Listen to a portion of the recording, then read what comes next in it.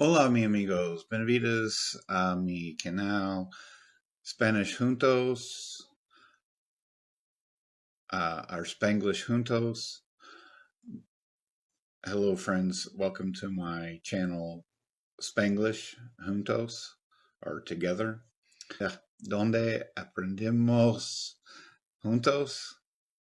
Um, Algunas aprenden mejor español y otras aprenden mejor inglés, where we learn together. Some learn Spanish better and some learn English better. I have lived many places around my country of the United States. Um, yo viviendo en muchos lugares alrededor de mi propio país, los Estados Unidos de America. I'd like to travel Central and South America, but would like to speak Spanish better in order to have a better experience. Me gustaría viajar por América Central y del Sur, pero me gusta hablar mejor español para una mejor experiencia. In comparison, speaking English better can improve your experience in many countries. El comparación, hablar mejor inglés puede manitar tu experiencia en muchos países. I'm starting this channel because I want to learn Spanish better. I want to help others learn Spanish better. I want to help others learn English better if they're up for that, if they want to learn how to speak English. And that's the whole point of this channel, is to find common ground and come together. I just want to learn more about Spanish and help others learn more about English or Spanish or whatever. I've been doing Duolingo for a while now, and I've gone through a lot of vocabulary, but if it's not something you use on a regular, then it's hard to retain it. It's also hard to use it. And that's kind of the advent of Spanglish, is you start out trying to speak Spanish and then you finish the sentence with English or vice versa. Um, and hopefully, if we can get to where we're going back and forth, you can get better at your English sentences and, communication, and I'll get better at my Spanish communication. That's kind of the whole point of the whole this experiment called Spanglish Juntos, which basically means Spanish English mix together. Probably have to subscribe to see when I'm online and to get this thing going. It's not that I have a desire for a lot of subscribers, but in order for us to connect, that might be something necessary to have that subscription. Hit that subscribe button and hit the bell notification so that we can try to be online at the same time. Otherwise, these will also be available in rerun. I've never really streamed before, so I might try to put these on the channel. I might see if I can leave the live stream there and then put at least snippets of the recorded live onto the channel as videos, whatever. But however, if you're not on here and you're not chatting, I guess it doesn't affect you that much. So, but if you get on here, let me know what you think. And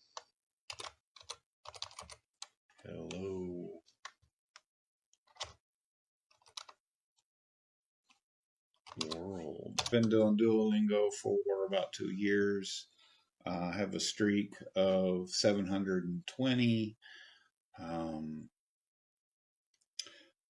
and I've learned a whole bunch of words and a whole bunch of phrases, and it's hard to remember the phrases and the words or bits of the phrases, things like that. So hopefully, actually communicating with other people will help. I think it does because it makes you understand. It makes you process it in a different way than just rote memorization.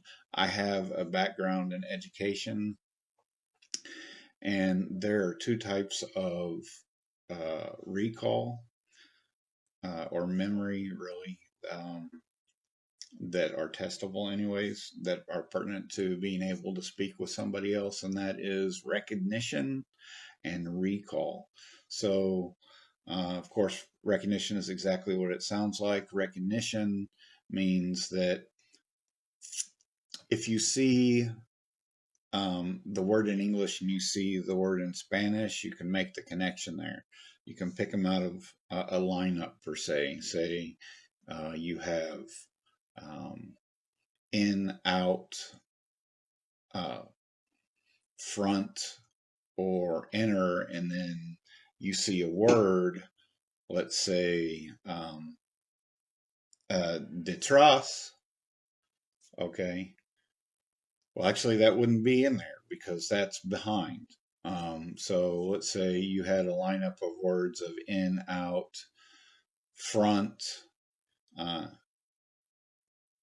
and behind, and then you were given the word detrás, you would be able to pick out the English word of behind.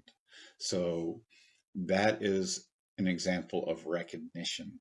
So recall would be if you had, say, the Spanish word entre, that, excuse me, that would be in between. So entre is in between. So if you see, well, actually, it's not really if you see, because in this instance, it's more like you need to use the word. You need to use the word in between. So, like, entras mi papa y madre, in between my dad and my mom, es me, like say you're walking down the street or whatever. Yeah, or I am, soy, entras mi papa y madre, or mi papa y mi madre. So you're in between them. So being able to pull that word out without having to have the like example there and just being able to use it, that is recall. That's an example of recall. So there are many ways of testing that on a form, and I'm sure even Duolingo will give you a lineup here of Spanish words and then a lineup here of English words, and then if you get them wrong or whatever, it'll buzz you, give you a big red sign and all that, negative reinforcement kind of thing. So, but being able to just pull the word from memory, that is, that's recall. Being able to compare the words, that's recognition. So, I'm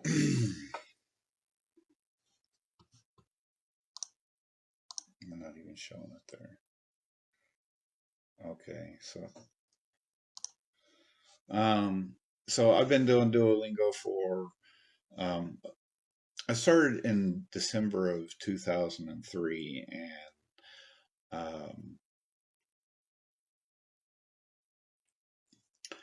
and I really hit it hard the first year, and it's just been hard to hit in the last year because you're getting farther and farther and farther and farther progressive um, into the language, but you're not necessarily reinforcing anything in the background. So the more you do it, the faster you go forward, but that doesn't help you reinforce everything in the background. There are a few things in Duolingo that allow you to go back. I mean, you can go back and take lessons. That's not an issue at all.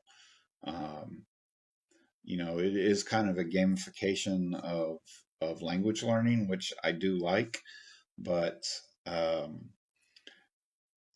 it has its limits in um, the real world applications. Like I could probably take a written 50 word test or whatever, which is basically all Duolingo is. It gives you you learn through tests really, because you either get the red sign or the green sign and you pass. Um, and I do pay for the service because uh, if you can only get like 3 things wrong when you don't pay for the service, and then the lesson ends for the day. You can't take any more lessons. So uh, if you pay for the service, it's kind of like, well, I don't have any brick walls here, but you can kind of do a brute force attack where you're just going, beating your head up against that wall until you get it right, and so, I mean, I like Duolingo. I'm not trying to bash on it in any way. I'm really not. I like it. I've tried others. I've tried, I can't remember one of the other services that I used. I did use one other service. I paid for it and I just stopped using it. It just wasn't enjoyable to use.